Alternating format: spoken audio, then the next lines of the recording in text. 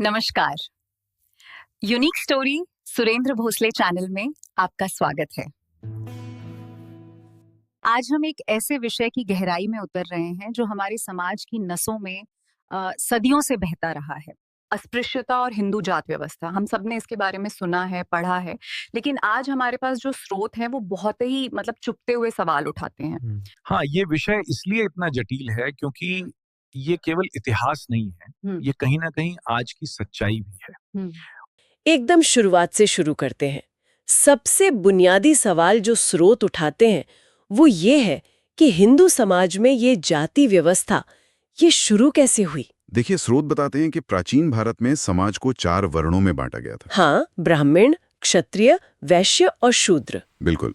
और दिलचस्प बात यह है कि शुरुआत में ये व्यवस्था कर्म और कार्य पर आधारित थी। मतलब आप जो काम करते हैं वही आपका वर्ण था।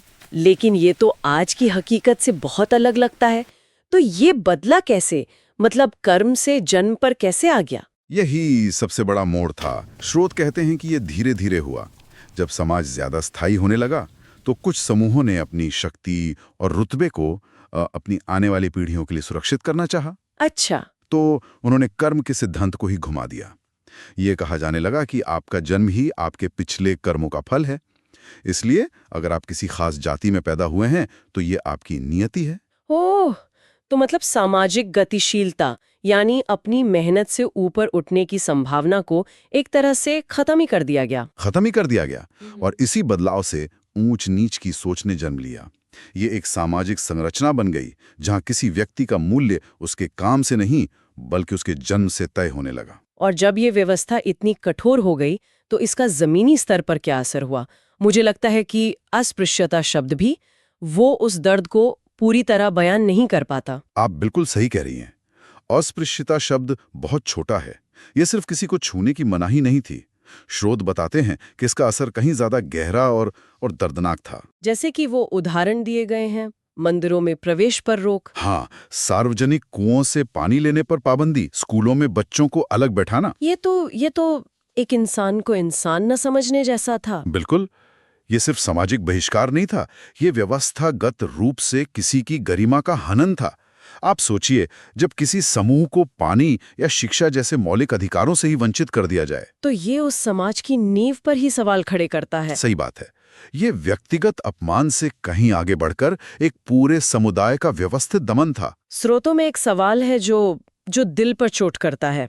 वो पूछते हैं, सोचिए, अगर सिर्फ जन्म के कारण अपमान सहना पड़े तो कैसा लगेगा? ये सवाल इसलिए जरूरी है क्योंकि ये हमें आंकड़ों और तथ्यों से परे ले जाकर उस जीते जागते अनुभव तक ले जाता है।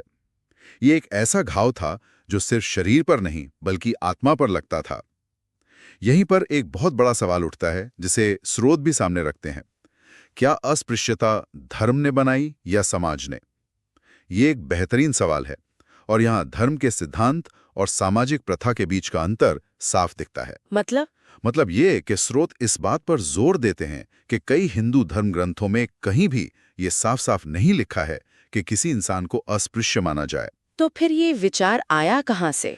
यह सामाजिक मान्यताओं और परंपराओं से आया जो समय के साथ इतनी मजबूत हो गईं कि वे धार्मिक आदेश की तरह लगने लगीं, भले ही उनका मूल ग्रंथ में कोई आधार ना हो। अच्छा, तो महान विचारकों का भी यही मत रहा है कि जाति भगवान की नहीं, इंसान की बनाई हुई व्यवस्था है। बिल्कुल।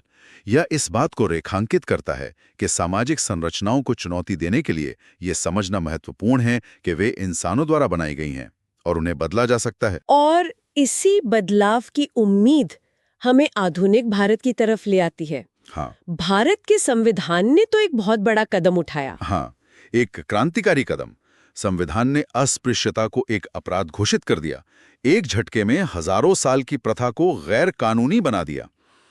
स्रोतों में डॉक्टर भीमराव अंबेडकर के एक बहुत ही शक्तिशाली कथन का उल्लेख है, समानता के बिना स्वतंत्रता का कोई अर्थ नहीं है। बिल्कुल। उनका अनुभव ने यह गहराई से समझा चुका था कि सिर्फ राजनीतिक आजादी काफी नहीं होगी। जब तक समाज के सबसे निचले पायदान पर खड़े व्यक्ति को सामाजिक बराबरी नहीं मिलती, देश सही मायनों में आजाद नहीं हो सकता। लेकिन और यहीं पर एक मुश्किल सवाल खड़ा होता है। कानून तो बदल गया, पर क्या लोगों की सोच बदली है?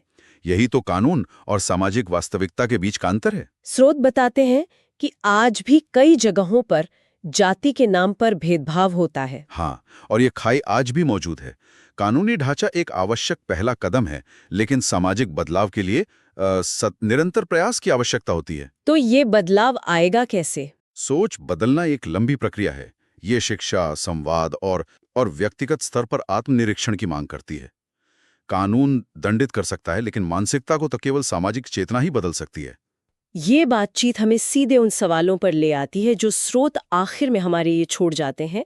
पहला, क्या हम सच में आधुनिक हो गए हैं या आज भी हम जाति के कैदी हैं? ये सवाल इसलिए चुभता है क्योंकि ये हमारी आधुनिकता की परिभाषा पर ही सवाल उठाता है।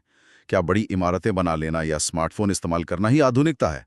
या फिर आधुनिकता का असली मतलब एक ऐसी सोच है जहां हर इंसान को बराबर सम्मान मिले? बिल्कुल। स्रोत हमें याद दिलाते हैं कि अगर आज भी शादी का विज्ञापन देते हुए या घर किराए पर देते हुए किसी की पहली शर्त जाति होती है, तो हमारी आधुनिकता की परत बहुत पतली है। और दूसरा सवाल तो इससे भी ज्यादा बुनियादी है। अगर एक इंसान का मूल्य उसकी जाति से तय होता है, तो फिर मानवता कहाँ है? ये वो विरोधाभास है जिसके साथ समाज आज भी जूझ रहा है। जब तक किसी व्यक्ति की पहचान उसके काम या चरित्र के बजाय उसकी जाति पर आधारित होती है, तब तक मानवता की धारणा अधूरी रहती है। तो इस पूरी चर्चा का सार, अगर हमें इन स्रोतों से कुछ मुख्य बातें निकालनी हो तो वो क्या होंगी? मुझे लगता है पहली बात तो ये है कि सामाजिक व्यवस्थाएं, चाहे कितनी भी मजबूत क्यों न लगें, वे इंसानों की बनाई हुई हैं और उन्हें बदला जा सकता है। वे पत्थर की लकीर नहीं है। नहीं है। और दूसरी बात जो शायद सबसे जरूरी है कि किसी भी धर्म या परंपरा का अंतिम लक्ष्य इंसान को जोड़ना होना चाहिए, तोड़ना नहीं। इस चर्चा का सार शायद स्रोतों में दिए गए एक शक्तिशाली संदेश में छुपा है। धर्म इंसान को जोड़ने के लिए होता है, तोड़ने के लिए नहीं। और जाति नहीं, इंसानियत को पहचान बनाइए। आज की चर्चा हमें इतिहास और कानून के बारे में बताती है, लेकिन ये एक सवाल हम सबके लिए भी छोड़ जाती है। हाँ, और वो सवाल शायद ये है कि जब हम सोच बदलने की बात करते हैं, तो इसका मतलब सिर्फ दूसरों की सोच बदलना नहीं होता, ये हमें अपने अंदर भी झांकने को कहता है। सही बात है। क्या हम अपने जीवन में, अपने समुदाय में इन मूल्यों पर अमल करते हैं? ये विचार अपने साथ लेकर जाएगा। एक बार फिर से हमें इजाजत दीजिए। फिर से मिलते हैं एक नए कहानी के साथ। नमस्कार। जय भारत।